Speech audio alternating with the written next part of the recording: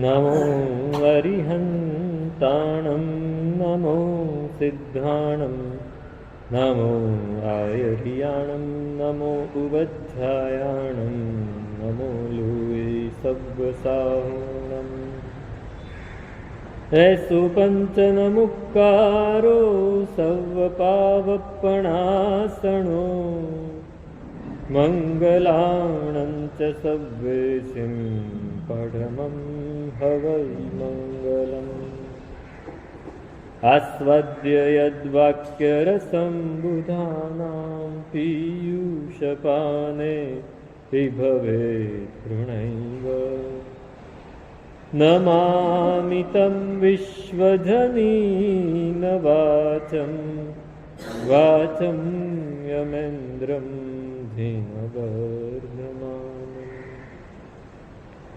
અચિંત્ય ચિંતામણિકલ્પશાખિને વિશુદ્ધ સદ્બ્રહ્મ સમાધિશાલિને દયાર્ણવાયાર્થિતદાયિને સતાં નમો નમઃ શ્રી ગુરુનૈમિષૂરયે નમો નમઃ શ્રી ગુરુનૈમિષૂરયે નમો નમઃ શ્રી ગુરુનૈમિષૂરયે.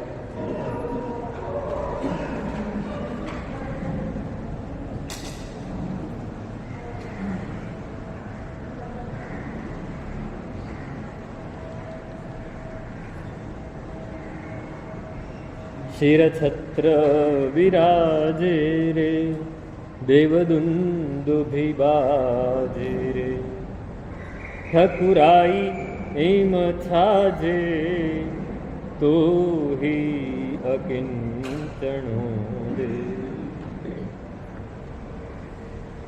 અનંત ઉપકારી એવા અરિહંત પરમાત્માનું શાસન આપણને, એ શાસન આગળ વધવા માટે મળે છે. અનેક યોગો છે, અનેક યોગો છે. યોગ અસંખ્ય તે જીન કહ્યા, અસંખ્યાતા યોગો છે. આપણને જે રૂચે, પ્રત્યેક જીવની રુચિ અલગ હોય છે, પ્રત્યેક જીવનો સ્વભાવ અલગ હોય છે. એને જે યોગ રૂચે, જ્ઞાન યોગ, રાજયોગ, ક્રિયાયોગ, ભક્તિ યોગ, અનેક પ્રકારના યોગ છે. હમણાં આપણે ભક્તિ યોગની વાત કરી રહ્યા છીએ. ભક્તિ, ઉપાધ્યાયજી મહારાજને પૂછ્યું કે તમને જીન શાસનમાંથી તમે આટલું બધું અવગાહન કર્યું, શ્રુત સાગરનું, અનેક ગ્રંથો રચ્યા, અનેક ગ્રંથો તમે ભણ્યા, અનેક ગ્રંથોની વિવેચના કરી, ઘણું બધું કર્યું, આપને એમાં શ્રેષ્ઠ વસ્તુ કઈ લાગી? એવું ઉપાધ્યાયજી મહારાજને પૂછ્યું. તો એમણે કહ્યું કે પરમાત્માની ભક્તિ, સારમ એતન મયા લબ્ધમ શ્રુતાબ્દે રવગાહનાત ભક્તિર ભાગવતી બીજમ પરમાનંદ સંપદા. જીન શાસન મળ્યા પછી આપણી ઈચ્છા શેની હોય?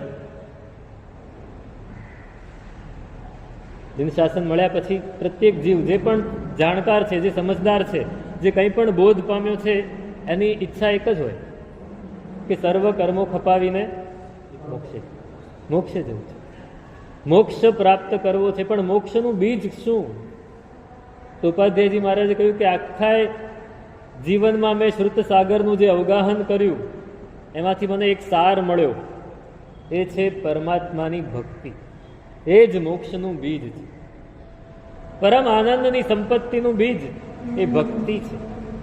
એ ભક્તિ વિશે આપણે થોડી વાત કરવી છે. ભક્તિ એટલે શું? આપણે જે ગાયું, જે સ્તવનો રોજ બોલીએ છીએ, ભક્તિ રૂપે બોલીએ છીએ.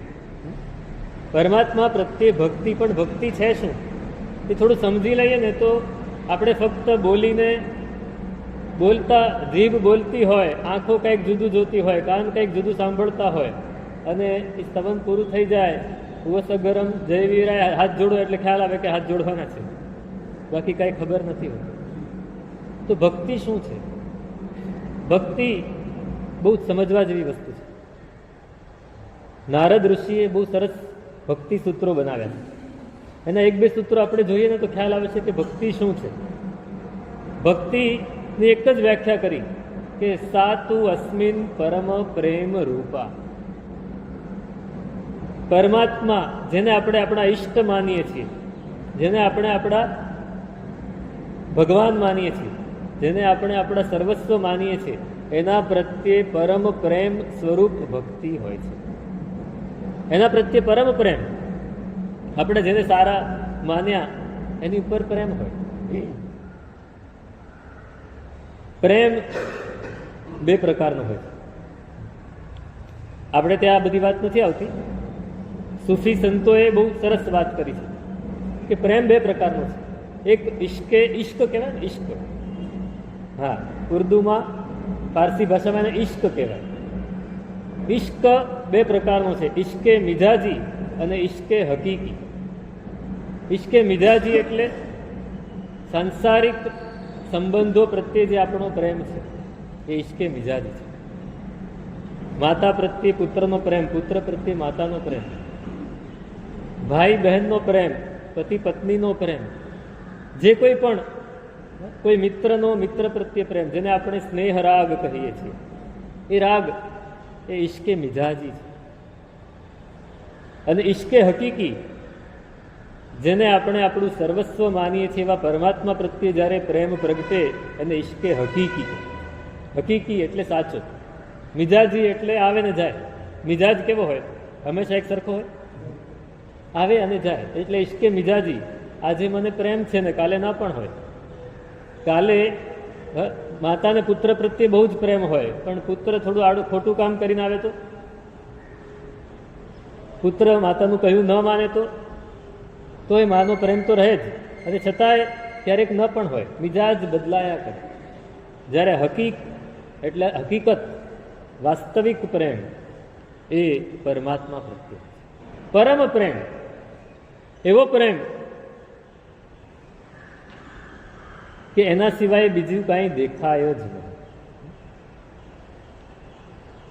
અને આ વાત, આ સૂફી સંતોની વાત, એ જ વાત વલ્લભ સંપ્રદાય, પુષ્ટિ સંપ્રદાય કહેવાય, વૈષ્ણવ, એ લોકોએ પણ આ જ વાત સ્વીકારી અને પરમાત્મા પ્રત્યેનો પ્રેમ એની જ વાત કરી. અને એ સંપ્રદાય, એ પરંપરામાં અનેક સંતો થયા, જેમાં તુલસીદાસ, સુરદાસ, કબીરજી, મીરા, આ બધા થયા. અને આપણે ત્યાં પહેલા આવું બધું નહોતું રચાતું, પણ એ પ્રેમ અને ભક્તિની વાત આવી એટલે આપણા મહાપુરુષોએ પણ એ રચના શરૂ કરી. અને આપણે ત્યાં શરૂઆત કરી મુખ્યત્વે સકલચંદ્રજી ઉપાધ્યાય. આપણે ત્યાં કોને શરૂઆત કરી? સકલચંદ્રજી. એમણે ઘણા પદો રચ્યા. એમાં મુખ્ય એમણે જે રચ્યું એ 17 ભેદી પૂજા. શાસ્ત્રીય રાગોમાં 35 ઢાળો રચવી, અને એ પણ રાત્રે કૌશગ ધ્યાનમાં. સકલ મુનિસર કૌશગ ધ્યાને. હા, ખ્યાલ છે ને કે અભિગ્રહ લીધેલો. કપડવંજમાં ચોમાસું ને અભિગ્રહ લીધો કે બાજુમાં કુંભાર, હા, એનો ગધેડો ભૂંકે ત્યારે કૌશક પારીશ, અને કુંભાર માટી લેવા માટે જતો રહ્યો. 3 દિવસે પાછો આવે. 3 દિવસ કૌશગમાં રહેવું. આપણે શું કરીએ? અભિગ્રહ હોય તો પ્રાયશ્ચિત લઈ લઈએ. જ્યાં પણ ઉત્સર્ગ હોય તે અપવાદ હોય જ, અને આપણે અપવાદ બરાબર સમજી ગયા છે. કૌશગમાં ઉભા રહે, પણ કૌશગમાં કરવું શું? એટલા ઊંડા ઉતરી ગયા કે એમને સાક્ષાત મેરુ પર્વત ઉપર જે ભક્તિ થઈ રહી છે એ સાક્ષાત થઈ, અને એની ઉપરથી એમણે પૂજા બની. સુણો જીન રાજ તવ મહનમ. હે પરમાત્મા, તમારી ભક્તિ કેવી હોય સાંભળો. ઇન્દ્રાદિક પરે હમ કિમ હોવત તો ભી તુમ સબ સહનમ. કેવી વાત કરે છે કે ઇન્દ્ર જેવી ભક્તિ કરે એવી અમે તો ક્યાંથી કરવાના, તો પણ તમે અમારું બધું સહન કરો છો. તમારી ભક્તિ તો કેવી છે. કેવી ભક્તિ! પરમાત્મા આપણું સહન કરે છે ભાઈ. આપણે દેરાસરમાં જે ધતિંગ કરીએ છીએ ને બધું જ સહન કરે. ઇન્દ્ર જે ભક્તિ કરે, દેવો જે ભક્તિ કરે, બધું જ આપણે નથી કરી શકતા. આપણે એમનું અનુકરણ કરવા જઈએ, પણ અનુકરણ કેવું થાય? અનુકરણ ન થાય. તો એ સકલચંદ્રજી થયા, એની પછી તો ઘણા બધા મહાપુરુષો થયા. આનંદગંજી મહારાજ મુખ્યત્વે, ઉપાધ્યાયજી મહારાજ, વિનય વિજયજી મહારાજ, જ્ઞાન વિમલપુરી મહારાજ, ચિદાનંદજી મહારાજ, કેવા કેવા મહાપુરુષો થયા. એમણે આ ઈશ્કે હકીકી પરમાત્મા પ્રત્યેની પ્રેમની વાત કરી. એમને નથી બોલાતું ઋષભ દિનેશ્વર પ્રીતમ માહરો, એમને બોલાય છે. તમે પેલું ગીત સાંભળ્યું છે ને, સૂફી ગીત? આપણે ત્યાં તો આપણે બધું જ અપનાવીએ છીએ, આપણે સહજવાદી છીએ ને, એટલે આપણું નામ બદલીને મૂકી દઈએ. સાસો કી માલા સે સમરૂ મેં. હા, કોનું નામ? હા, પણ હકીકતમાં ત્યાં શું બોલે છે? મૂળ ગીત સાંભળ્યું છે કોઈ દિવસ? હા, સાસો કી માલા સે સમરૂ મેં પીકા. પ્રિયતમનું. કોણ પ્રિયતમ? આ સૂફી પરંપરા એ પરમાત્માને પોતાનો પ્રિયતમ માને છે. ત્યાંથી આવ્યું છે કે મારા પ્રિયતમનું નામ હું શ્વાસની માળાથી સમરું છું. સાસો કી માલા સે સમરૂ મેં પીકા નામ. આપણે પ્રભુ કા નામ બોલીએ, કારણ કે આપણે હજી પ્રભુને પ્રિયતમ માનતા જ. એને પ્રિયતમ આનંદગંજીએ માની લીધું, આનંદગંજીએ માની લીધું. તો એ આખી જે વાત છે એ જ્યારે ભક્તિ જ્યારે જાગે છે ત્યારે શું થાય છે? યલબ્ધ્વા પુમાન અમૃતો ભવતી. એ ભક્તિ જ્યારે જાગી જાય છે ત્યારે આપણી અંદર અમૃત તત્વ આમ જાણે અંદર પ્રસરવા માંડે છે, ફેલાવા માંડે છે અમૃત તત્વ. પછી એને બીજી ઈચ્છા નથી થતી. યત પ્રાપ્ય ન કિંચિત વાંછતી ન શોચતી નાભિલષતી. એને પછી આ મળ્યા પછી બીજી કાંઈ ઈચ્છા રહેતી નથી. ન મળે તો એને શોક થતો નથી. આ પામવું છે એવી અભિલાષા નથી રહેતી. આ ભક્તિ છે.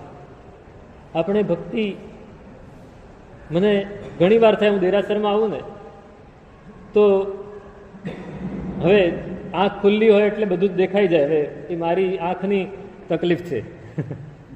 મને એમ થાય કે મોટા ભાગના લોકો પરમાત્મા સિવાય બીજી બધી જ વસ્તુનું ધ્યાન રાખે છે. પરમાત્મા સામે બેઠા છે એના સિવાય બીજી બધી જ વસ્તુનું ધ્યાન હોય. કેસરનું ધ્યાન હોય, ધૂપનું ધ્યાન હોય, પ્રક્ષાલનું ધ્યાન હોય, પણ પરમાત્માનું ધ્યાન નથી. ભક્તિ એ પરમાત્મા સિવાય બીજા કોઈનું ધ્યાન ન રહે ત્યારે. પરમાત્મા સિવાય. કબીરજીને કોઈએ કહ્યું કે તમે કેટલું પ્રેમ કરો છો પરમાત્માને, તમે કેટલી ભક્તિ કરો છો? તો કબીરજી કે હું ક્યાં પ્રેમ કરું છું? પ્રેમ કરવો હોય ને તો પ્રેમ જાણવો હોય તો જાઓ વૃંદાવનમાં. કબીરા કબીરા ક્યાં કરો, જાઓ જમુના કે તીર, એક ગોપી કે પ્રેમ મેં બહ ગયે લાખ કબીર. લાખ કબીર પણ જે ન કરી શકે એ ગોપીનો પ્રેમ. આપણો પરમાત્મા પ્રત્યેનો પ્રેમ કેવો!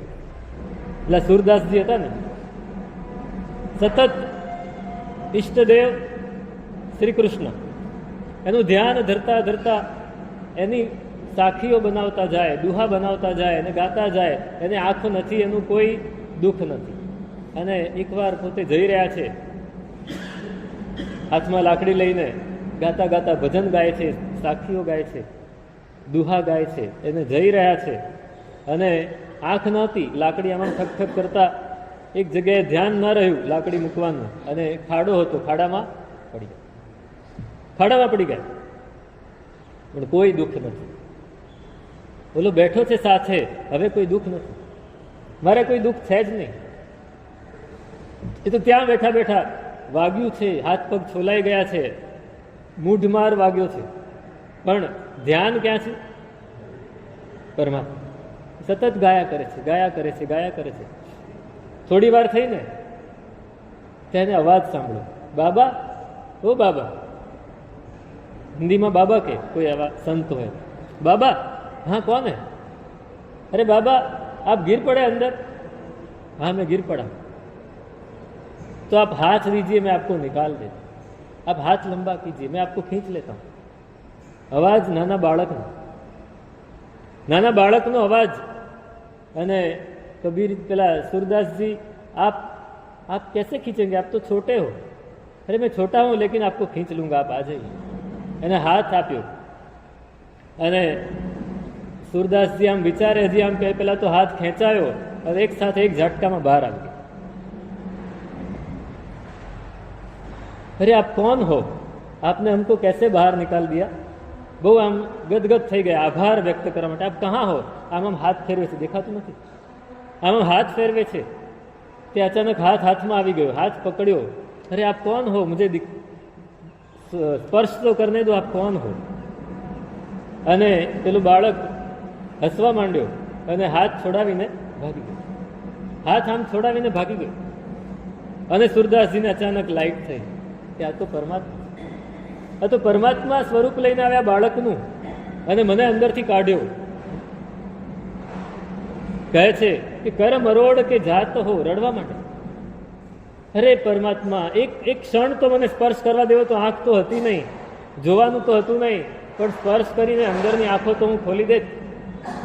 કર મરોડ કે જાત હો, દુર્બલ જાની મોય, જો હિયર એસે નિસરો તો સબલો જાનું તો. હું દુર્બળ છું એટલે મારો હાથ મરોડીને જતા રહ્યા ને તમે, મારા હૈયામાંથી નીકળો તો જાણું કે તમે સાચા છો, તો સબળ જાણું તમે. આ ભક્તિ છે. આ ભક્તિ, પરમાત્માની ભક્તિ આપણે કરવી છે. પરમાત્માની ભક્તિ કરવી છે. આપણે રોજ સ્તવનો ગાઈએ છીએ, પણ એ સ્તવન શેને માટે હોય છે આપણને ખબર નથી હોતી. ઉપાધ્યાયજી મહારાજ કેટલી સરસ દરેક સ્તવનમાં વાત કરતા હોય છે, પ્રેમની જ વાત. થાશું પ્રેમ બન્યો હે રાજ, નિર્વહશો તો લેખે. તમારી સાથે મને પ્રેમ થઈ ગયો છે. કેવી સરસ વાત કરે, તુમે બહુ મૈત્રી રે સાહિબા, મારે તો મન એક, તુમ વિણ બીજો રે નવી ગમે, એ મુજ મોટી રે ટેક. પરમાત્માને કહે છે સાહેબ તમને તો કેટલાય ભક્તો છે, આખી દુનિયા તમારા ભક્ત બનીને. To the world he was one, to the world he was one, but to me he was the world. દુનિયા માટે એકલો જ હતો કે આખી દુનિયાની પાછળ ગાંડી થાય, પણ મારી માટે તો એ જ દુનિયા. આ ભક્તિ. તમારે ઘણાની સાથે મૈત્રી અને મારે તો એક જ છે. હવે તમારા વગર મને બીજો કોઈ ગમતો નથી, આ મારી ટેક છે. આ ટેક, આપણે સ્તવન તો બોલી જઈએ પણ આપણને ટેક યાદ નથી આવતી. આપણને પરમાત્મા સિવાય બધું જ ગમે છે. પરમાત્મા ગમે છે નક્કી કરવું છે આપણી જાતે. આપણને એમ થઈ જાય કે આ વેવલા વેડા છે, આપણને એમ થઈ જાય વેવલા વેડા છે. નહીં, આ સમર્પણ છે. આ સમર્પણ છે. આપણા એક એક સૂત્ર જોઈએ. તમે નમુત્થણમ બોલો, શું છે નમુત્થણમ બોલો? તમે ઈચ્છામી ખમાસમણો બોલો છો, એક ખમાસમણ આપો છો, શું છે? સમર્પણ છે. તમે લોગસ્ય બોલો છો, શું છે? આપણે બોલીએ છીએ તિથય અરામે પસીયંતુ, તીર્થંકરો મારા ઉપર પ્રસન્ન થાય. કેમ પ્રસન્ન થાય? સમર્પણ હોય. સમર્પણ હોય તો પ્રસન્ન. તો અહીં પરમાત્માની ભક્તિ અલગ અલગ પ્રકારે ઉપાધ્યાયજી મહારાજ કરે છે. આ વિરોધાભાસ અલંકાર છે કે શિર છત્ર બિરાજે, દેવ દુંદુભી ગાજે. હા, મસ્તક ઉપર તો છત્ર બિરાજે છે, દેવ દુંદુભી વાગે છે. આખી ઠકુરાઈ શ્રી સુપાસ જીનરાજ, તું ત્રિભુવન શિર તાજ, આજ હો છાજે રે ઠકુરાઈ, પ્રભુ તુજ પદ તણીજી. પરમાત્માની ઠકુરાઈ કેવી છે આખી દુનિયામાં. આપણે શું કહીએ, હા પરમાત્માને તો 8 પ્રાતિહાર્ય ને 34 અતિશય ને આ બધું છે પરમાત્માની ઠકુરાઈ. પણ એ ઠકુરાઈ એની સાથે એક બીજી વસ્તુ છે જેની તરફ આપણું ધ્યાન નથી જતું, અને છતાંય પરમાત્મા નિસ્પૃહ છે. આ બધું હોવા છતાંય પરમાત્મા કેવા છે? નિસ્પૃહ. નિસ્પૃહ હોય એને જ આવું મળે. આજ હો છાજે રે ઠકુરાઈ, પ્રભુ તુજ પદ તણીજી. તમારી ઠકુરાઈ કેવી છાજે છે? તોહી અકિંચણો રે, અને છતાંય પોતાનું કાંઈ નથી. પોતાની પાસે જે છે ને એની સામે આની કોઈ કિંમત જ નથી. જે મળ્યું છે એ એવું મળ્યું છે કે આની કોઈ કિંમત રહેતી જ નથી. અને પરમાત્મા એટલે આપણે એમની સામે કહીએ છીએ કે હું તો મોહ તણે વશ પડ્યો, તે તો સબળા મોહને હણ્યો, હું તો ભવ સમુદ્રમાં ખૂંચ્યો, તું તો શિવ મંદિરમાં પહોંચ્યો. હું મોહ તણે વશ પડ્યો. આપણને ખ્યાલ આવે છે ખરો કે હું મોહના વશમાં પડ્યો છું? ત્યાં બોલતી વખતે પરમાત્માની સામે જ્યારે આપણે બોલતા હોઈએ ત્યારે આપણને ખ્યાલ આવે કે હું મોહના વશમાં પડેલો છું, હું બંધાયેલો છું, અને તે તો સઘળાએ મોહને હણી નાખ, મોહને નાશ પમાડી દીધો. બહુ સમજવા જેવી વાત છે. આપણે બંધનોથી બંધાયેલા છીએ એ આપણને ખ્યાલ હોવો જોઈએ. આ પહેલી વાત.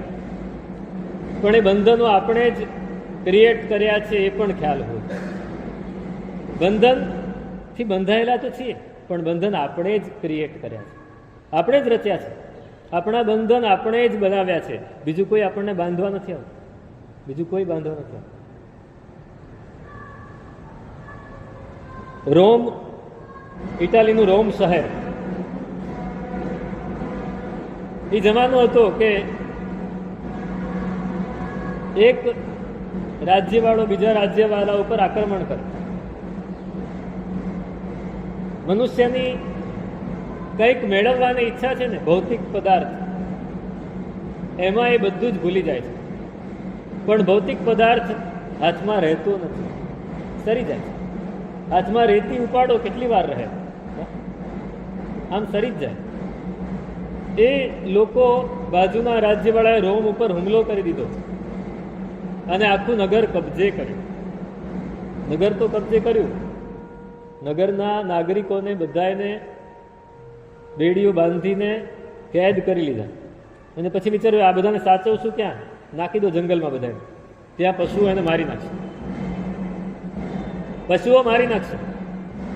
બધા જ માણસોને બેડી બાંધીને જંગલમાં છોડી દીધા. હવે બધા રડે છે કે આ બેડી હાથમાં ને પગમાં છે, જઈશું ક્યાં? આ બેડી આપણને કોણ છોડી આપશે? અને જો નહીં છૂટે તો પશુઓ આવીને મારી નાખશે. ઘર, દોલત, મકાન તો ગયું, જાનથી પણ હાથ ધોવો પડશે. બધાએ રડે છે, બધાએ ઉદાસ છે. પણ એક માણસ એ ઉદાસ નથી, એ ખુશ છે કે કમસે કમ છૂટી તો ગયા અહીંથી. હવે આ બેડી તોડવાની છે ને, હકીકતમાં એ લુહાર હતો. લુહાર વિચારે છે કે બેડી તો તોડતા મને આવડે છે, કેમ કે કઈ જગ્યાએ તોડવું એ આવડવું જોઈએ. ઘા ક્યાં મારવાનો છે એ ખબર હોવી જોઈએ. ઘા મારતા આવડવું જોઈએ. પેલા ખબર છે ને, પેલો ફેક્ટરીમાં ફોલ્ટ થયો અને ઘણા બધા એન્જિનિયરોને બોલાવ્યા, કંઈ મેળ ન પડ્યો. છેલ્લે એક આવ્યો અને કીધું 1 લાખ રૂપિયા લઈશ. હા, 1 લાખ રૂપિયા લઈશ. સારું, આપ્યા લાખ રૂપિયા. એને જઈને એક હથોડી એક જગ્યાએ એવી મારી કે મશીન બધા ચાલુ થઈ ગયું. પેલા કીધું આ એક હથોડી મારવાના લાખ રૂપિયા, તો કીધું હથોડી મારવાનું તો 1 જ રૂપિયા. ક્યાં મારવાનું છે? આપણે હથોડા ઘણા મારી દઈએ છીએ, પણ ક્યાં મારવાના છે એ નથી મારવા. કર્મો ઉપર હથોડો મારવો છે. અને પેલો લુહાર વિચારે છે કે મને ખ્યાલ છે કે ક્યાં હથોડી મારવાની, ક્યાં ઘા કરવાનો કે બેડી તૂટી જાય. બહુ જ રાજી હતો. બીજા બધાને કે ચિંતા ન કરો, આપણે કંઈક મેળ પાડી દઈશું. નીકળ્યા બધા, જંગલમાં પહોંચ્યા. લુહાર જુએ છે કે બેડી કઈ જગ્યાએથી નબળી હોય તોડી નાખી શકાય. આટલી જાડી જાડી બેડીઓ છે. જોતો જાય છે, જોતો જાય છે, જોતો જાય છે, અને અચાનક એની નજર પડી એક જગ્યાએ સીલ મારેલું હતું. એ સીલ જોઈને રડવા માંડ્યો, રડવા માંડ્યો. લોકો કે અલ્યા કેમ રડે? હમણાં તો ખુશ ખુશ હતો કે તોડી નાખીશું. તો કે આ બેડી મેં જ બનાવેલી છે. લુહાર હતો અને મેં જ બેડી બનાવી છે, ને આ બેડી મેં એવી બનાવી છે કે કોઈથી તૂટે જ નહીં, એવી મજબૂત બનાવી છે. બેડી કોણ બનાવે છે? આપણે જ બનાવે. લુહાર નહીં, આપણે જ છીએ. આપણે કહીએ સાહેબ એવા બંધનમાં બંધાઈ ગયા છે, અને જાતે બાંધ્યા છે. આપણી જાતને આપણે જાતે જ બાંધી દીધી છે અને પછી આપણે છે કહીએ છીએ કોણ હા છોડાવો મને, કોઈ છોડાવે નહીં, જાતે છૂટવું પડે. રડવા માંડ્યો તો એક શાણો માણસ હતો બધાની ભેગો, એને પણ બેડી બાંધી લીધી. અરે આ કેમ રડે છે? તો કે આ બેડી મેં બનાવેલી છે ને આ તૂટશે નહીં, ગમે એટલું કરો ને, મારું કામ મને ખબર છે, હું કેટલું મજબૂત બનાવતો છું. તો કે તે બનાવ્યું છે ને, તે એનું સર્જન કર્યું તો તું અવશ્ય તોડી શકે, ક્યાંક તો એની નબળી કડી હશે જ, તું ગોત, નબળી કડી ગોત. આપણે પણ જો આપણી બેડી તોડવી હોય તો નબળી કડી ગોતવી પડે, નબળી કડી ગોતવી પડે.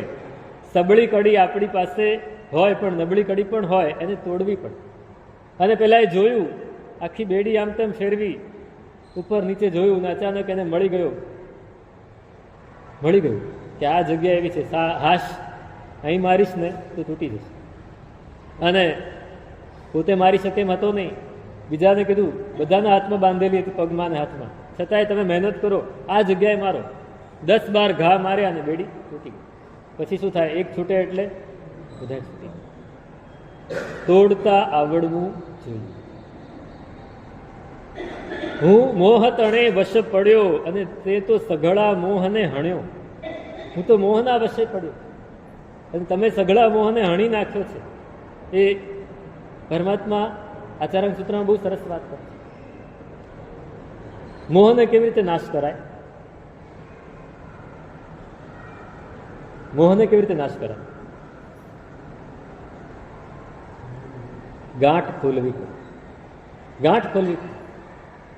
આપણે જે ક્રિયાઓ કરીએ છીએ ને એ ગાંઠ ખોલવા માટે કરીએ છીએ, પણ આપણે ક્રિયા કરતા કરતા પણ નવી ગાંઠ બાંધી દઈએ છીએ. આપણે જે પણ ક્રિયા કરીએ છીએ, પરમાત્માએ આ બધી જ ક્રિયાઓ ગાંઠ ખોલવા માટે દેખાડી છે.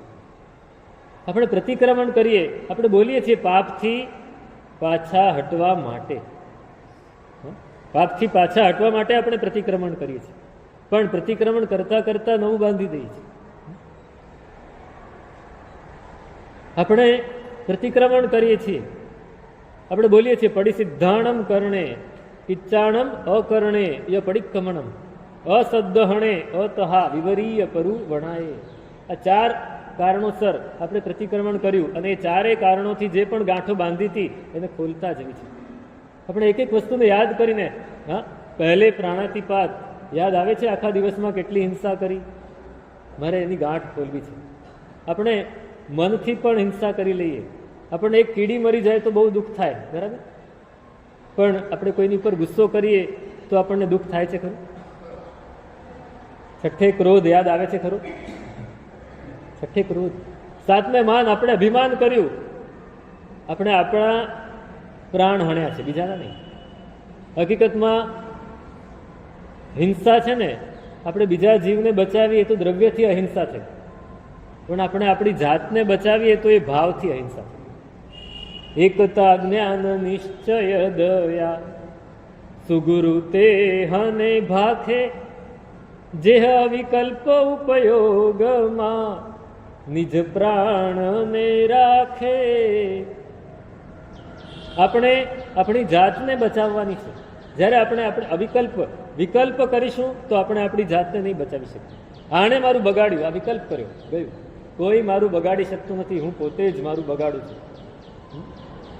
કોઈ આપણને આવીને ભટકાઈ ગયો અને આપણને ગુસ્સો આવ્યો અને આપણે એને એકાદ ઠોકી દીધી, તો એને ઠોક્યું હોય તો બહુ દૂરની વાત છે, આપણને ગુસ્સો આવે એ જ આપણે આપણું બગાડી દીધું. એને તો આવીને ભટકાઈને માર માર્યો, પણ આપણે આપણી જાતને માર મારી દીધો. ત્યારે વિકલ્પ ન આવે, અવિકલ્પ થઈ જાય કે ના, મારે કોઈની પર ગુસ્સો નથી કરવો. એ તો અચાનક એને ખ્યાલ નહીં રહ્યો હોય, અને એને ખ્યાલ હોય તો પણ મારા કર્મમાં હોય તો જ મને વાગે. ઉપાધ્યાયજી મહારાજે 32ની રચના કરી, એમાં એક બહુ સરસ વાત કરી કે એક અંધ વ્યક્તિ છે. એ અંધ વ્યક્તિને કોઈની સાથે જંગલમાં ગયો છે, એટલે એક ગામથી બીજે ગામ, અને રસ્તામાં એ એકલો રહી ગયો, બીજા બધા નીકળી ગયા. એને ખ્યાલ ના રહ્યો, એને દેખાય નહીં એટલે ખબર ના પડી, બધા નીકળી ગયા અને આ એકલો રહી ગયો. હવે એને નગરમાં પાછા આવવું છે, તો રસ્તામાં ખાડા હોય, ટીકરા હોય, કાંટા હોય, કાંકરા હોય, ઝાડ હોય, ઠૂંઠા હોય, આ બધું હોય તો એને વાગે કે નહીં? વાગે, વાગે. કારણ કે એને દેખાતું નથી, એને દેખાતું નથી માટે એને વાગે. પણ એ જ જીવ, એને ભલે આંખ નથી, દર્શનાવરણીનો ઉદય છે, પણ એને સાતા વેદનીયનો ઉદય હોય, અસાતા વેદનીયનો ઉદય અત્યારે નથી, અને સાતા વેદનીયનો જ ઉદય હોય છે, સમજો હોય તો એ નગરમાં આવે પાછો તો એને કંઈ વાગે ખરું? કારણ કે સાતા વેદનીયનો ઉદય છે એને સાચા માર્ગે જ લઈ આવશે, એને ક્યાંય નહીં. એટલે કેમ ન વાગ્યું? એટલે એનું કર્મ હતું માટે ન વાગ્યું. જો એનું અસાતા વેદનીય ઉદયમાં હોત તો કોઈની સાથે ચાલતો હોત તો પણ વાગે, કોઈ એના હાથ પકડીને લઈ જતું હોત તો પણ વાગે. તો આપણને કોઈ આવીને ઠોકી ગયું, કોઈ આવીને મારી ગયું તો એ એનો વાંક છે કે મારા સાતા વેદનીય કે અસાતા વેદનીયનો વાંક છે? કોઈને એક્સિડન્ટ થાય અને એને એક ખરોચ પણ ન પડે, અને કોઈને સહેજ આમ પડ્યો અને માથે હેમરેજ થાય ને ત્યાં ત્યાં મરી જાય. કેમ? આખી ગાડી આપણે જોઈએ કચ્ચર ઘાણ વળી ગયો, પેલો અંદર એમને એમ બેઠો હોય, એને કાંઈ જ ન થયું હોય. કેમ? કારણ કે એનું કર્મ પ્રબળ છે, કર્મ એનું સારું છે કે એ બચી ગયું. તો આપણે ક્રોધ કરીએ છીએ, અવિકલ્પ ઉપયોગમાં જતા નથી રહેતા, વિકલ્પવાળા ઉપયોગમાં જતા રહીએ છીએ. જેહ રાખે પર પ્રાણને, અવિકલ્પ ઉપયોગમાં પોતાના પ્રાણને રાખવો એ નિશ્ચયથી દયા છે, અને જે પર પ્રાણને રાખે છે એ દયા પાળી શકતો નથી, એ દયા નથી પાડી શકતો. તો આપણે દયા પાળવી છે. પડી સિદ્ધાણમ કરણે, આપણે પ્રતિક્રમણ શા માટે કરીએ? આપણે એક દયા પાળીએ ત્યારે પણ આપણે ગાંઠ ખોલી દઈએ છીએ. પહેલે પ્રાણાતિપાત બોલ્યા અને આપણે આપણી ગાંઠ ખોલી કે મેં કેટલી વાર મારા આત્માને મારા મનને વિકલ્પમાં લઈ ગયો, જો ન લઈ ગયો તો મેં ગાંઠ ખોલી દીધી, અથવા લઈ ગયો છતાંય મને યાદ આવ્યું અને હું ફરીથી નહીં લઈ જવાનું નિશ્ચય કરું છું તો મેં ગાંઠ ખોલી દીધી. રાગ દ્વેષની ગાંઠ ખોલવી છે એ જ આપણા જીવનનો મકસદ છે. આપણને જે શાસન મળ્યું છે એના માટે છે. થોડા પૈસા ખર્ચી દીધા, થોડી ક્રિયાઓ કરી દીધી, થોડી ભક્તિ કરી લીધી જેને આપણે ભક્તિ માનીએ છીએ, થોડું સુપાત્ર દાન કરી દીધું, હા પુણ્ય બંધાઈ જશે, ગાંઠ નહીં ખુલે. પરમાત્માએ ગાંઠ ખોલવા માટે ધર્મ દે. જહેતમય જોશીએ સંધિ ન તહા અન્નથ, આચાર્ય સૂત્રમાં પરમાત્મા બહુ સરસ વાત કરે છે કે મેં મારા જીવનમાં જે રીતે ગાંઠો ખોલી છે રાગ દ્વેષની, એવું બીજા માટે બહુ દુર્લભ છે. આપણે પરમાત્માના જીવનને તપાસીએ. નાનામાં નાની ઘટના જુઓ અને મોટામાં મોટી ઘટના જુઓ. સૌથી પહેલા જ પરમાત્મા નીકળ્યા છે ને પેલો ગોવાળીઓ રાસ લઈને મારવા આવે છે. ઇન્દ્ર આવીને બચાવી લીધા. ઇન્દ્ર આવીને પેલાને બચાવી લીધો, ભગવાને નથી બચાવ્યા. ઇન્દ્રે આવીને કોને બચાવ્યા? ગોવાળિયાને બચાવ્યા કે ભાઈ તું ક્રોધ નહીં કર. પણ પરમાત્માને કઈ લેવા દેવાનું છે? એને માર્યું હોત તો પણ પરમાત્મા એ જ અવસ્થામાં એવા જ રહ્યા હોત. ગાંઠ નથી બાંધવી. 27 ભવોથી, 26 25 ભવોથી જે ગાંઠ બાંધી છે એ ગાંઠ અહીંયા ખોલવાની છે. તો હવે ગાંઠ નથી બાંધી. ત્યાં ગાંઠ બાંધી ત્રિપૃષ્ઠ વાસુદેવના ભવમાં, એના આગલા ભવમાં વિશ્વભૂતિના ભવમાં પણ ગાંઠ બાંધી. બધે જ ગાંઠો બાંધી છે. મરીચીના ભવમાં ગાંઠો બાંધી. એ ગાંઠો ક્યારે ખુલે? એ ગાંઠો આ ભવમાં ખુલી છે. પેલા ગોવાળિયાએ પગમાં ખીર રાંધી, પરમાત્મા એને ના પાડી, ભાઈ બાજુમાં ઘણી જગ્યા છે, અહીંયા કેમ ખીર રાંધે છે? નહીં, હવે નવી ગાંઠ નથી બાંધી. આ જે છે એને સ્વીકારવું છે. હા, પરમાત્માને પગે કઈ નહીં થયું, દાજ્યા છે ને. એ પરમાત્મા કઈ લોખંડના નહોતા બનેલા. પહેલું સંગ્રહણ તો વસ્તુ અલગ છે, પણ શરીર તો આપણા જેવું જ હતું. પરમાત્માનું શરીર તો એ જ સુકોમળ હતું. કેવું સુકોમળ હતું! ને છતાંય સંગમે 20 ઉપસર્ગો કર્યા આખી રાતમાં. પરમાત્માએ ક્યાંય એને ના પાડી, ભાઈ રહેવા દે, હવે બહુ થયું, કાંઈ નથી થવાનું તને, ને મને કાંઈ નથી થવાનું. અરે પેલા એ આવીને ખીલા માર્યા તો પણ એને ના નથી પાડી, ભાઈ તું નરકમાં જઈશ, રહેવા દે નહીં. 6 મહિના સુધી સંગમ પાછળ ને પાછળ રહ્યો છે.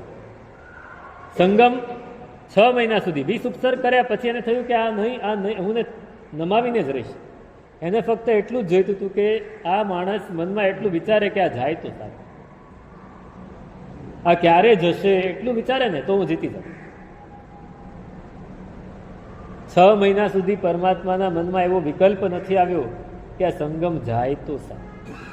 પરમાત્મા ખાલી જોઈ લે છે, સંગમ ગયો નથી, કાંઈ વાંધો, ભલે ભલે રહ્યો, મને કાંઈ જ લેવા દેવું. ગોચરી લેવા જાય છે અને સંગમ બધું અનેષણીય કરી નાખે છે, પાછા ફરી જાય. સંગમ પરમાત્માનું રૂપ એવી અવસ્થામાં દેખાડે છે કે લોકોને ગુસ્સો આવે, લોકો પરમાત્માને મારવા જાય છે. પરમાત્મા કંઈ પણ બોલ્યા વગર, અરે હું નથી, આ બીજું કોઈક છે, નહીં, એક પણ શબ્દ પોતાના બચાવનો નહીં. અરે કોનો બચાવ કરે? આનો બચાવ ક્યાં કરવો છે? આ પરમાત્મા, એની ભક્તિ. મોહ એમને નથી જતો, મોહ એમને નથી જતો. આપણે તો અહીંયા, હું અહીં બેઠો હોઉં, અહીંથી નીચે જતો હોઉં અને રસ્તામાં મને કોઈક આવીને 2 શબ્દ કહી જાય, સાહેબ તમે બરાબર નથી બોલતા, તો હું શું કરીશ? તરત જ બોલાવીશ, ભાઈ કમલેશભાઈ આ કેમ આવું કરે છે, ફરિયાદ કરીશ. પરમાત્મા ક્યાંય ફરિયાદ નથી. ઈશાનેન્દ્ર વંદન કરવા આવ્યા, અચ્યુતેન્દ્ર પણ વંદન કરવા આવ્યા, બધા જ આવ્યા. કોઈને કહેતા નથી ભાઈ આને સમજાવો, આ મને હેરાન કરે છે. કોઈ હેરાન કોઈને કરી શકતું જ નથી. એક મહાપુરુષ હતા ને, એમની પાસે એક યુવાન બહુ તોફાની, બહુ જ ઉચ્છૃંખલ હતો અને એને કોણ જાણે એ મહાપુરુષની ઉપર બહુ ભાવ જાગ્યો અને એને દીક્ષા લઈ લીધી. દીક્ષા લઈ લીધી પછી પોતે ભણે છે, વિનય શીખે છે, ભક્તિ કરે છે, બધું જ કરે છે, પણ પેલો જે સ્વભાવ છે જાય ને, કંઈક ને કંઈક તોફાન કરી દે, કંઈક ને કંઈક ગુરુ મહારાજને હેરાન કરી દે, પરેશાન કરી દે, ગમે તે કરે. ઘણીવાર ખરાબ, કેવી ન બોલી શકાય એવી પરિસ્થિતિમાં પણ મૂકી દે, એવું કરી નાખે. પણ ગુરુ મહારાજ હંમેશા પ્રસન્ન. જે પરિચિત શ્રાવકો છે ઘણીવાર આવીને પૂછે, સાહેબ આ આપને પરેશાન તો નથી કરતો ને, આ આપને હેરાન તો નથી કરતો? ત્યારે જવાબ સાંભળવા જેવો છે. એ ભગવંતે કહેલું. ભગવંતે કહ્યું કે મારી રજા વગર મને કોઈ પરેશાન કરી શકે નહીં. હું એને રજા આપું કે તું મને પરેશાન કર તો જ તે પરેશાન. હું મારી જાતને રજા આપું કે ભાઈ હું પરેશાન થાઉં તો જ, બાકી હું પરેશાન નહીં. હું કોઈનાથી હેરાન નહીં થઈ શકું. કોઈ મને શા માટે હેરાન કરી શકે? કોઈ મને શા માટે દુઃખ પહોંચાડી શકે? આ સાંભળ્યું પેલા શિષ્ય, ત્યારે એને થયું કે હું ખોટું કરી રહ્યો છું, અને આપોઆપ સુધરી ગયું. તો આપણે એમ વિચારીએ છીએ કે મોહ રાજાએ મને પકડી રાખ્યો છે. મોહ રાજા આપણને નથી પકડતો, આપણે જ મોહને પકડી રાખ્યો છે. મોહ કોઈ દિવસ કોઈને પકડે છે? આપણે મોહને પકડીએ. એક ગામડું હતું, ગામડાની બહાર નદી વહેતી હતી અને ચોમાસાનો સમય, જોરદાર વરસાદ આવેલો ને નદી 2 કાંઠે બરાબર જોરદાર વહેતી હતી. પૂર આવી ગયું હતું. ઉપરવાસમાં એટલું બધું વરસાદ પડ્યો કે પૂર આવી ગયું અને નદી વહે છે. પાણી પાણી પાણી થઈ ગયું. નદીના 2 કાંઠા છલકાઈ ગયા અને આજુબાજુ એટલું બધું પાણી કે લીલોતરી ખૂબ થઈ ગઈ. એટલે જે ભરવાડો હતા ને, ઉનાળામાં ક્યાંય પશુઓને ચારો બહુ ઓછો મળેલો, એટલે બધા નદી કિનારે આવી ગયા અને પોતાના પશુઓને ચારે છે. ભરવાડો બધા પશુઓને ચારતા જાય છે અને જોયા કરે છે નદીનું પાણી કેવી રીતે આવે છે, કેવી રીતે આવે છે. હવે ઘણીવાર ઉપર ક્યાંક પૂર આવ્યું હોય તો ઘણી બધી વસ્તુઓ વહેતી આવે. ક્યારેક ડાળ આવે, કંઈક થડ આવે, લાકડું આવે, કોઈનું ઘર વખરી તણાઈ ગયું હોય એ આવે. પેલા ભરવાડો ધ્યાન રાખે, કંઈક આપણને ઉપયોગી હોય તો લઈ લેવું. મજબૂત છે, નદીમાં કૂદીને તરીને લઈ આવે. એમાં દૂરથી એક કાળી વસ્તુ વહેતી વહેતી આવતી અને એક ભરવાડની નજર પડી. તો ભરવાડ જાજુ વિચારે એને થયું આ કાળું કાળું નક્કી ધાબળો હશે. ભરવાડને સૌથી વધારે શું ગમે?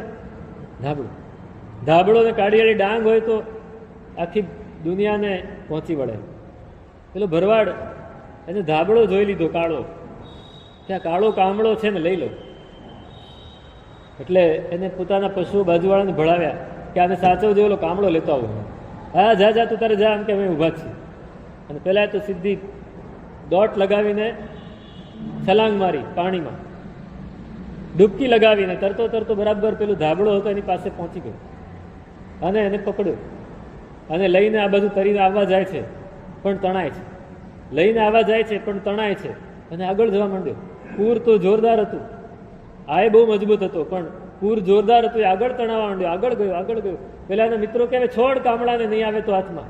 તો કે કામળાને હું તો છોડું છું, કામળો મને નથી છોડતો. હકીકતમાં રીંછ હતું, રીંછ પકડી લીધું હોય. રીંછ છે ને ડરેલું હોય તો એ આપણને એવું પકડે કે છોડે નહીં, અને એને કામળો સમજી લીધું. સંસારને આપણે પકડ્યો છે કે આપણને સંસારે પકડ્યા છે? આપણે નક્કી કરી લે. મોહને આપણે પકડ્યો છે કે મોહે આપણને પકડ્યા છે? હું તો મોહ તણે વશ પડ્યો આપણે બોલી જઈએ છીએ, પણ ત્યાં યાદ આવવું જોઈએ કે હું મોહના વશે પડ્યો છું કે નહીં. તે તો સઘળા મોહને, એક માણસ જો મોહને હણી શકે તો બીજો એ હણી જ શકે, એવું કઈ નથી.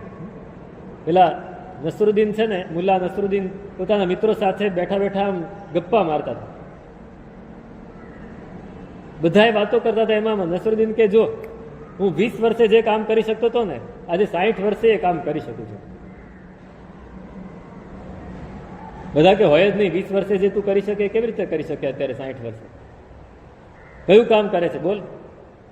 બધાને આમ ચાનક ચડી ગઈ. મુલ્લા કે જો 20 વર્ષ પહેલા આ પથ્થર નહોતો ઉપાડી શકતો, 20 વર્ષ નહોતો ત્યારે, અત્યારે નથી ઉપાડી શકતો. આપણી હાલત એવી છે. મોહ તણે વશ પડ્યો, આપણે 20 વર્ષ પહેલા બોલતા હતા. જ્યારે નાના હતા અને શાસનની થોડી સમજણ આવી, થોડો બોધ મળ્યો, ત્યારે પણ આપણે કહેતા હતા કે હું મોહના વશે પડ્યો છું, અને આજે બોલીએ છીએ. કઈ ફેર પડ્યો?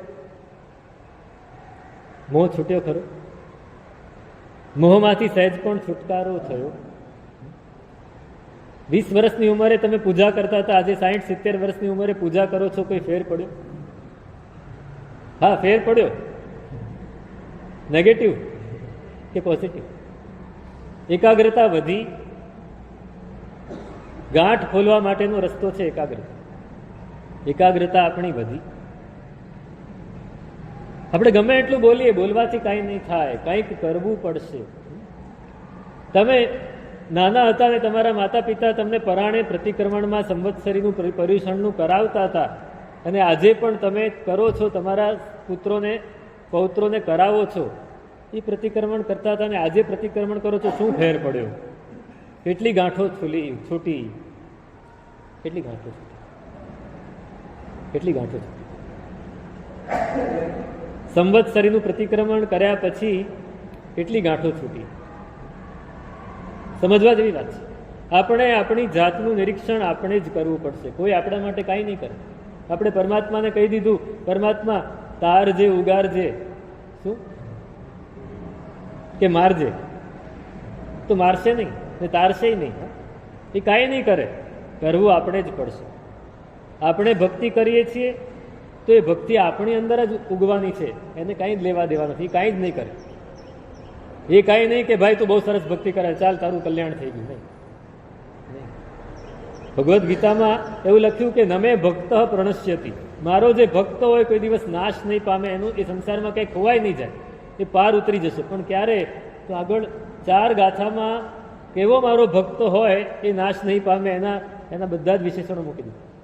કે જે સાચું બોલતો હોય, જે કપટ ન કરતો હોય, જે શાંત હોય, જે સંતોષી હોય, જે પોતાની જાતને જાણતો હોય, એવો મારો ભક્ત નાશ નહીં પામે. તે એમ નથી કીધું કે હા આપણે કેવા ભક્તો, આપણી માન્યતા છે,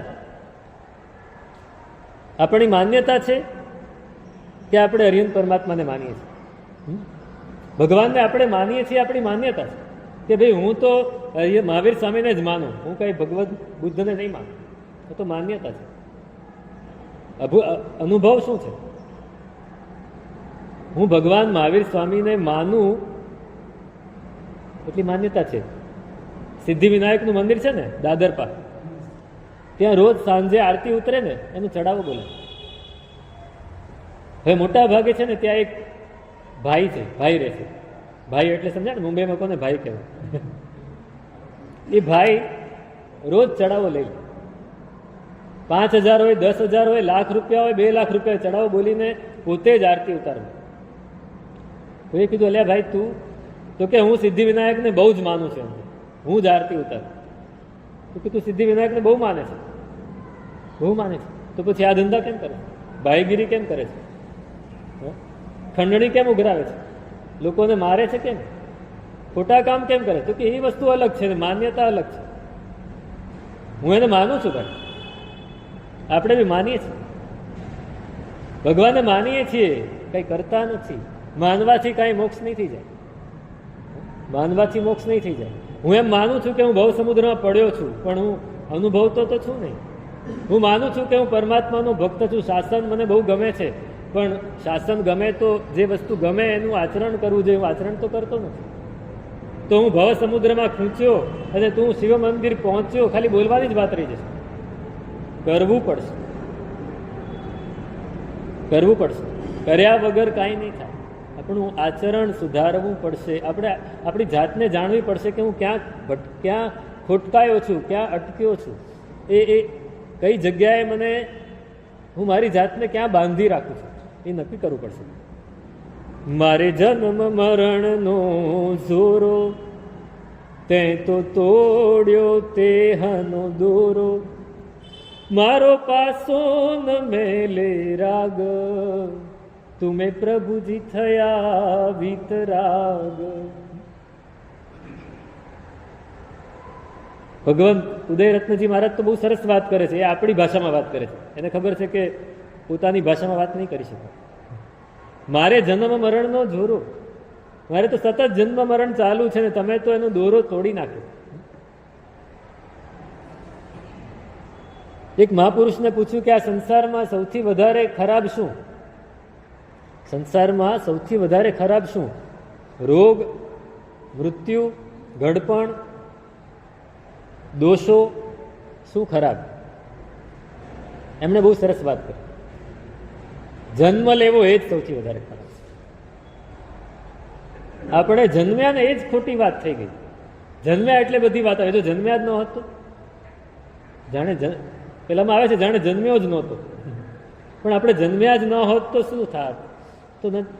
તો જન્મને પૂરો કરવો છે. શેનાથી પૂરું કરશું? પરમાત્માએ જન્મને પૂરો કરી નાખ્યો. અજન્મા થઈ ગયા, અજરામર થઈ ગયા, અજન્મા થઈ ગયા. પરમાત્માનું આ વિશેષણ બહુ જ મહત્વનું છે, અજન્મા થઈ ગયા. એમણે સંસારમાં જન્મવા માટેના બીજ, કાલે જ આપણે કહેલું, ભવ બીજાંકુર જનના રાગાદ્યા ક્ષય ઉપાગતા યસ્ય. સંસારના અંકુરાને જે આગળ વધારે એવા બીજ જેને બાળી નાખ્યા છે. 3 જ બીજ છે, રાગ, દ્વેષ અને મોહ. આ બીજને આપણે બાળવા માટે મહેનત કરવાની છે. પરમાત્મા એ બીજને બાળી નાખ્યા. મારો પાસો ન મેલે રાગ, સૌથી મોટું બીજ છે રાગ. આપણે કહીએ છીએ રાગ મને છોડતો નથી. અરે હું રાગને છોડતો નથી ભાઈ, રાગ તો મને છોડવા તૈયાર જ છે, રાગ છોડવા તૈયાર છે, પણ આપણે આપણી જાતને નથી જાણતા. મને માયાએ મૂક્યો પાશી, તું તો નિર્બંધન અવિનાશી, હું તો સમકિતથી અધૂરો, તું તો સકલ પદાર્થે પૂરો. મને માયાએ પકડી રાખ્યો છે. માયા આપણને પકડી શકે? આપણે એવા નિર્બળ છીએ. માયા આપણને પકડતી નથી, આપણે જ માયાને પકડી છે. અને તમને તો કોઈ બંધન જ નથી સાહેબ, તમે બધાએ બંધન ખોલી નાખ્યા છે. બંધન ખોલો. બંધન બંધન ઝંખે મારું મન, પણ આત્મ ઝંખે છુટકારો. મને દહેશત છે આ ઝઘડામાં, થઈ જાય પૂરો ના જન્મારો. બંધન, સતત આપણું મન બંધન ઝંખે છે. આ જોઈએ, આ જોઈએ, આ જોઈએ, આવું હોવું જોઈએ, આના વગર તો ચાલે જ નહીં. બંધન. આપણે જેટલી વાર આમ વિચારીએ કે આના વગર નહીં ચાલે એટલું નવું બંધન નાખ્યું. માનતુંગ સુરી મહારાજને 44 બેડી હતી, આપણને કેટલી બેડી છે? આપણે રોજ નવી બેડી, પછી ગમે એટલું ભક્તામર ગણો ને એકે બેડી તૂટવાની નથી. ભક્તામર હમણાં બહુ સરસ વાત વાંચી, ગઈકાલે જ પરમ દિવસે જ હતું. કુમારપાળ દેસાઈએ બહુ સરસ એક લેખ લખ્યો છે. એમાં લખ્યું એમણે કે ભક્તામર 108 વાર જે ગણે પૂરેપૂરા ભાવથી, એ બધા જ બંધનોને તોડી શકે. પણ બાહ્ય બંધનો, આંતરિક બંધન તોડવા માટે ભક્તામરની પ્રમાણે આપણે જીવવું પડે. ખાલી ગણવાથી નહીં થાય. આપણે ગણીને રાજી થઈ જઈએ છીએ. નૌકારવાળી ગણી લીધી એટલે રાજી, સામાયિકમાં કરેમી ભંતે ઉતરી લીધું એટલે રાજી. પણ કરેમી ભંતે ઉતર્યા પછી શું? સમતા કેટલી આવી?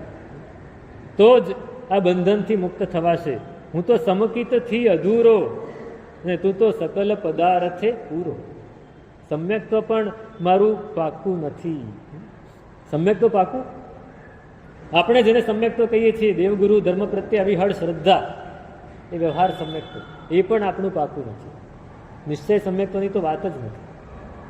નિશ્ચય સમ્યક્ત્વ સુધી પહોંચવાની તો આપણી કોઈ કલ્પના જ નથી. પણ વ્યવહારથી સમ્યક્ત્વ પણ આપણું કેવું? શ્રેણિક રાજાને આપણે યાદ કરીએ, સુલસા શ્રાવિકાને યાદ કરીએ, પણ આપણું સમ્યક્ત્વ કેવું? આ સમ્યક્ત્વ, એ સમ્યક્ત્વથી પણ આપણે અધૂરા. પણ છતાંય ભગવાન એક વાત છે, આ બધું હોવા છતાં ઉદયરત્નજી મહારાજ બહુ સરસ વાત કરે. મારે તો તું હી પ્રભુ એક, તારે મુજ સરીખા છે અનેક. મારે તો એક જ તું, તારે તો અનેક છે, છતાંય મેં તને એકને પકડી રાખ્યો છે. આગળ જે કહ્યું એ જ અહીંયા કહે છે કે મારે તો એક તું અને તારે આ મારું કરવાનું છે, એટલે મારે જ મારું કરવાનું છે. તારે આ કરવાનું છે એટલે અહીંયા તું અને હું બે એક જ થઈ જઈએ છીએ અને મારે જ મારું કરવાનું છે. જ્યારે એ ભાવ આવશે ને ત્યારે હું તો મનથી ન મૂકું માન, તું તો માન રહિત ભગવાન. માન રહિત ભગવાન એટલે ત્યાં બે અર્થ થાય છે. માન રહિત એટલે શું? અભિમાનથી રહિત. અને માન રહિત એટલે શું? જેનું માપ આપણે કાઢી ન શકીએ એવા. પરમાત્માનું માપ આપણે કાઢી શકીએ? ગગન તણો જીમ નહીં માનમ રે, તિમ અનંત જીન ગુણ ગાનમ. સકલચંદ્રજી મહારાજને ફરી યાદ કરી. એ કહે છે કે ગગનનું જેમ આકાશનું કોઈ માપ નથી, એમ પરમાત્માના ગુણોનું કોઈ માપ નથી. તું તો માન રહિત ભગવાન. મારું કીધું કશું ન વિથાય, તું તો રંકને કરે રાય. એક કરો મુજ મહેરબાની, મારો મુજરો લેજો માની. મારી વાત એકવાર સાંભળી લેજો, બસ બીજું કાંઈ નહીં કરતા. એકવાર હા પાડી દો, બસ એકવાર હા પાડી દો. આજ મારા પ્રભુજી સામું જુઓ. સેવક કહી, હું કહું છું સાહેબ હું તમારો સેવક, હા ભાઈ એટલું કહી દો ને તો બહુ થઈ ગયું. પછી મજબૂત થઈ જઈશ. પછી મજબૂત થઈ જઈશ. મને ખબર છે કે મારી પાછળ કોઈ ઊભો છે તો હું મજબૂત, પણ મારી પાછળ કોઈ ન હોય તો હું ડરી જાઉં. તો આ વાત ઉદયરત્નજી મહારાજ પરમાત્માને કરે છે. આપણે પણ એ જ વિનંતી કરવી છે. પરમાત્મા ગાંઠ ખોલવી છે, ગાંઠ ખોલવી છે. તમે સાથ આપો, તમે સાથ આપો તો હું ગાંઠ ખોલું. એ ગાંઠ કેવી રીતે ખોલવી છે, કયા આપણે કેવી કેવી ગાંઠોથી બંધાયા છે એની વાત આમાં કરે છે. તમે શું સ્વરૂપ છે? અગ્રે અધિકાર.